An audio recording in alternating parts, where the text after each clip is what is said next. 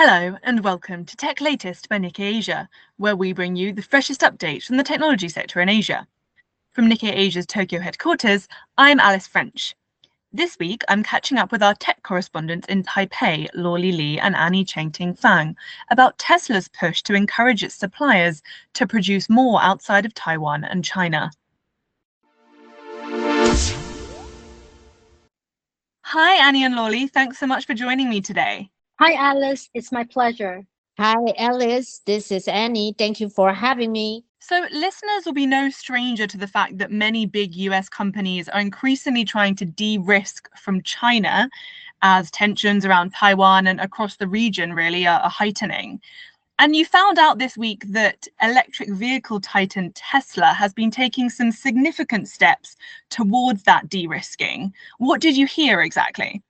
Yes, this is Lolly. Actually, Annie and I were meeting a long-time industry executive source for other topics, and he unintentionally brought this up. And we were quite surprised that the de-risk measures have extended to the automobile industry. So we started to ask around. And to my surprise, many other suppliers, such as printed circuit boards, displays, and electronic control unit system suppliers, have also received this kind of request, particularly from Tesla. And one of my sources said that his company served many American, European, and Japanese automakers, but Tesla is among them the most aggressive one to ask the suppliers to formulate a plan for alternative production capacity outside of China and outside of Taiwan. However, he said, and I quote, "It's really hard and costly to do OOC and OOT, that means outside of China and outside of Taiwan, as that's where the supply chain ecosystem are," end of quote. Yes, and I just hope to add one point that although there is a live military drill currently going on in the Taiwan Strait, but I don't think we are looking at an actual war anytime soon. But this whole thing between China and Taiwan and US and China is definitely shaking things up in the supply chain. And like Lolly said, Tesla is among the most aggressive, but we also heard that American car makers like GM and Ford also ask their supplier to evaluate whether OOC out of China, out of Taiwan components are possible, and why automobile makers are more aggressive. It's also because of they usually have a higher profit margin than consumer electronics like TVs or hair dryers. So they might have a bit more room to afford such kind of diversification. Okay, it's interesting to hear that this is happening across the industry then, and it's not just Tesla. And you just mentioned there, Annie, the military drills that are going on right now. Do you think there's any particular reason for the timing of these requests from Tesla to their suppliers? Of course, their goal of building a resilient supply chain is nothing new, but why have they chosen now to take this further step? Actually, what we learned from one of the executives with direct knowledge is that this was actually not the first time Tesla asking suppliers to have a parallel production outside of the region. The company also made a similar request back in late 2022 after China did a live fire military drill around Taiwan, following former US House of Speaker Nancy Pelosi's visit to the island. But this time, the request is broader, reaching more suppliers with bigger scope of capacity request for Tesla's non-China markets. And one of the sources said that the American EV makers' concern are the geopolitical uncertainties amid the upcoming US presidential elections. And the risks around Taiwan Strait also exist. Like Annie mentioned earlier, the morning we published the Tesla story, actually China unexpectedly announced and started military drills encircling Taiwan, which made me personally quite concerned. The geopolitical uncertainties in Asia Pacific aside, back to the US, Washington a few weeks ago also announced punitive tariffs against Chinese-made EVs to 100% of tariffs. Although Chinese-made EVs didn't have much exposure in the US auto market, one of my sources, whose companies previously mainly produced automotive electronic goods in China, he told me that the automobile industry actually already knew that this was coming, as there were already voices in the US talking about raising tariffs against Chinese imports. And so that's why his company has already started building a new plant in Dallas, which will begin production later this year.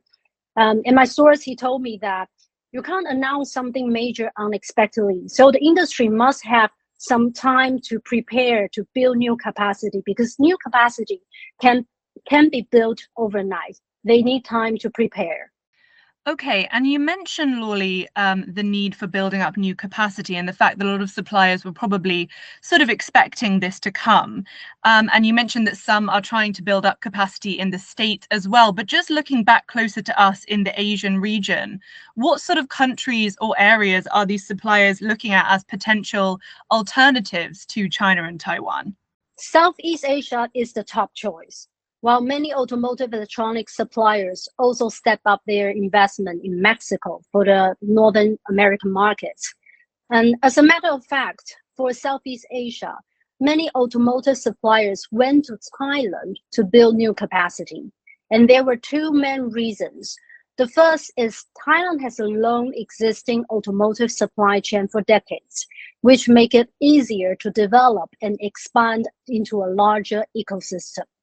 And another factor is because Vietnam, especially northern Vietnam, is getting really crowded after so many tech suppliers shifted their capacity from China to the Southeast Asian country in the past few years because of the US-China trade war.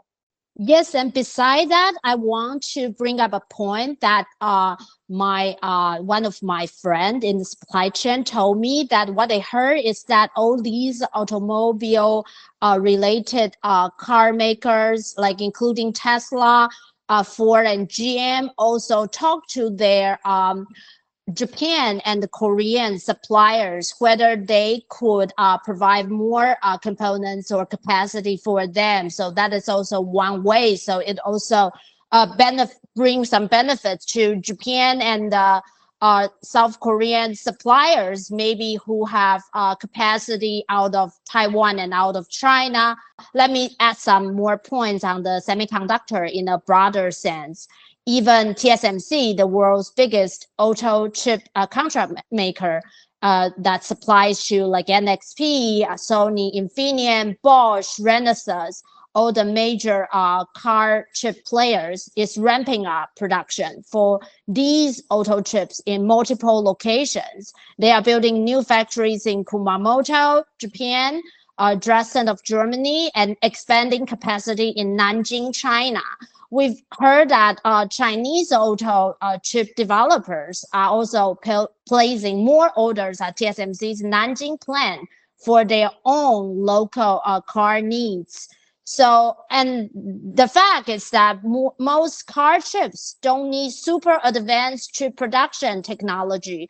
They need good quality and the durability for production. So it's still a bit easier to build new production in more places for diversification purposes than the most cutting edge chip production. Right. And like you mentioned, Annie, I'm sure there are several countries in the region like Japan and Thailand who might feel like they're sort of winning out as a result of this US-China tech war. And in many ways, Tesla and the EV industry as a whole is right at the center of that conflict and really reflects the contradictions and the challenges that companies are facing in navigating the US-China competition in that area. Can you just tell us a little bit about Tesla's relationship with the Chinese market as a US company and what we might expect to see from it moving forwards? Yes, thank you very much for asking this question. I'd like to emphasize that Tesla's request is for its global markets, excluding China. Because let's not forget that Tesla has a gigafactory in Shanghai and it is eyeing on the Chinese EV market growth potential.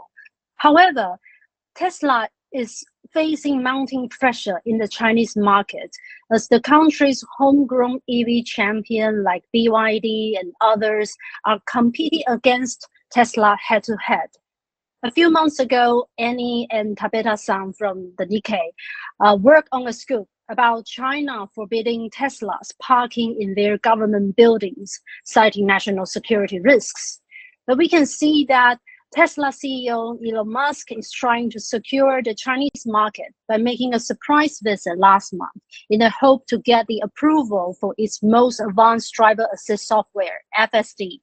And Musk also echoed Beijing's continuous description of Taiwan as an integral part of China. Yes, I want to add a couple of points. And the big picture is cars and EVs are turning into a new battleground for the US and China to show off their tech power. And like Lauly said, Tesla has faced more entry barrier in China, and it also faced more competition globally. So that's why they want a parallel supply chain to differentiate. And besides Tesla's move, on the other hand, you can also see China is asking all its top car makers to aggressively use more local made chips. We reported exclusively last week that their target is 25% for local made chips by 2025 for local cars makers. So we are really seeing this one world, two systems in this Tesla example and in other examples. And what I want to conclude is that we are really seeing this more bipolar world evolving. Absolutely. And the auto and the EV market in particular will definitely be something to focus on as the US-China tech war deepens. Well, thank you so much, both of you, for coming back on again. And we very much look forward to you returning in the near future. Thank you. Thank you, Alice. Bye. Thank you, Alice. Have a nice week. That's all for this episode. You can read more of Annie and Lauly's reporting, along with a host of other stories about Asia's tech industry, on Nikkei Asia's website, asia.nikkei.com. And if you like what you hear, why not subscribe to our weekly Tech Asia newsletter, which will be delivered to your inbox every Thursday. There's a link to sign up in the show notes. And whilst we've still got you, if you're enjoying Tech Latest and would like to support us, please do give us a follow on whichever podcast platform you use. We also really appreciate any reviews you can leave, as these help new listeners to find our episodes. We'll actually be taking a short break next week, but we'll be back with a new episode on June the 11th. Check back in then for more updates on the tech trends that matter.